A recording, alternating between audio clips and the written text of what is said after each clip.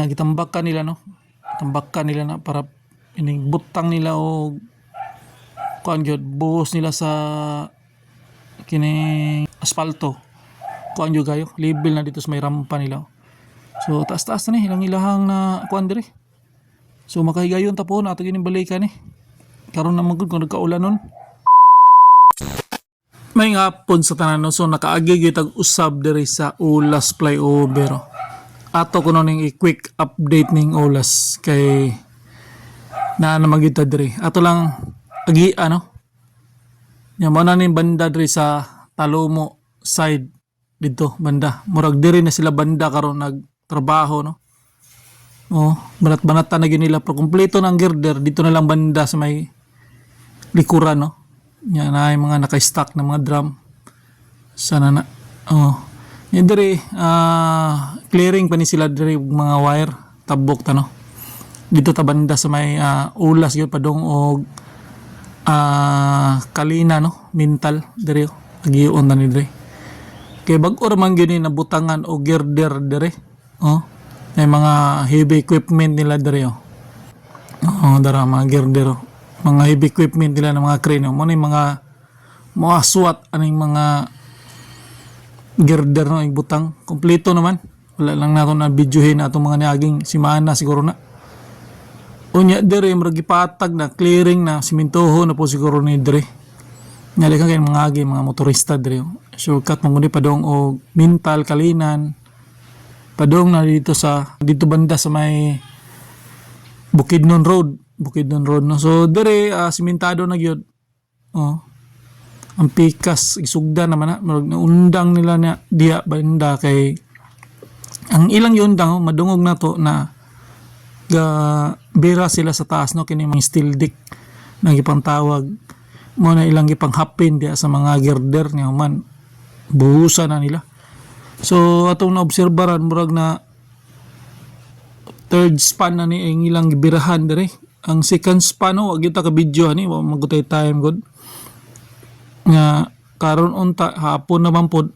So quick update lang gid ato mabuhat ani ato lagian abot sunahan hunong tabalik na pud ta ato lang ning sunaon unsa bay development diri sa banda sa may Ulas flyover. So sa pagkakaron mo ni simentado naman pod na ang trabaho tuloy-tuloy lang gyapon ang trabaho no. Kini trabaho nila diri ni mga modular kining rampa mo na ni pinakarampa diri pero dako-dako na po nilang semento diri oh. Abot naman sila diri.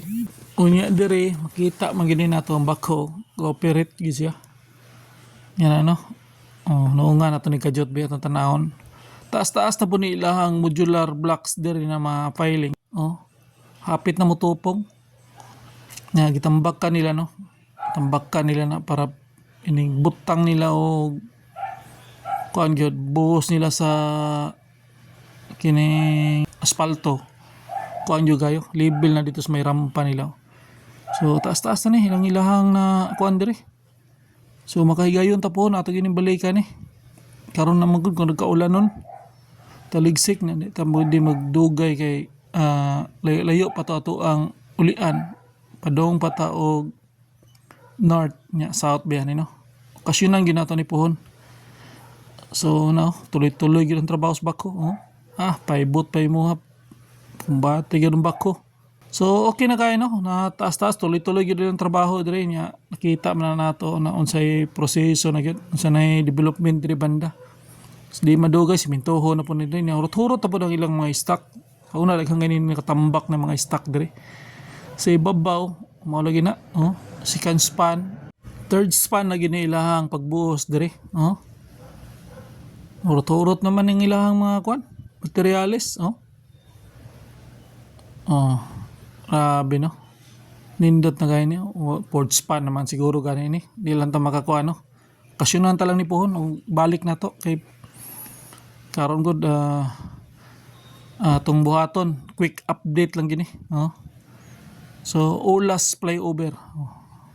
Sayang pag yung mga establishment diri na uban no nang close gyud. So diri sa babaw wala pa ang uban gipambutangan na og mga mating no mga steel dick yang uban wala pa. Itaghan makitog steel deck kaya i-deliver manang turot tigid dre. So dre banda manhuma na ang mga girder dere nya didto banda sa may Talumo side ug diri sa may highway clearing pa maguna dia banda ng kuan gud wire nya punpuhon mo clearing na butangan na nila dara. So sa pagkakaroon mo ni update diri banda sa may kuano sa may Olas flyover Davao City nindot na kay ni po mabutangan na gina dia ma-merge na gani padong na dito sa may Coastal Road. Makonik na po na dito gawas ka og ponpon mo gawas ka padong dito sa may Jerome segment. Adto kag Samal, pwede na po dito ka moagi. So sa pagkakaroon mo wala na update no. Ito si Linoboy, YouTuber na bayan. Peace out. Uli na ta.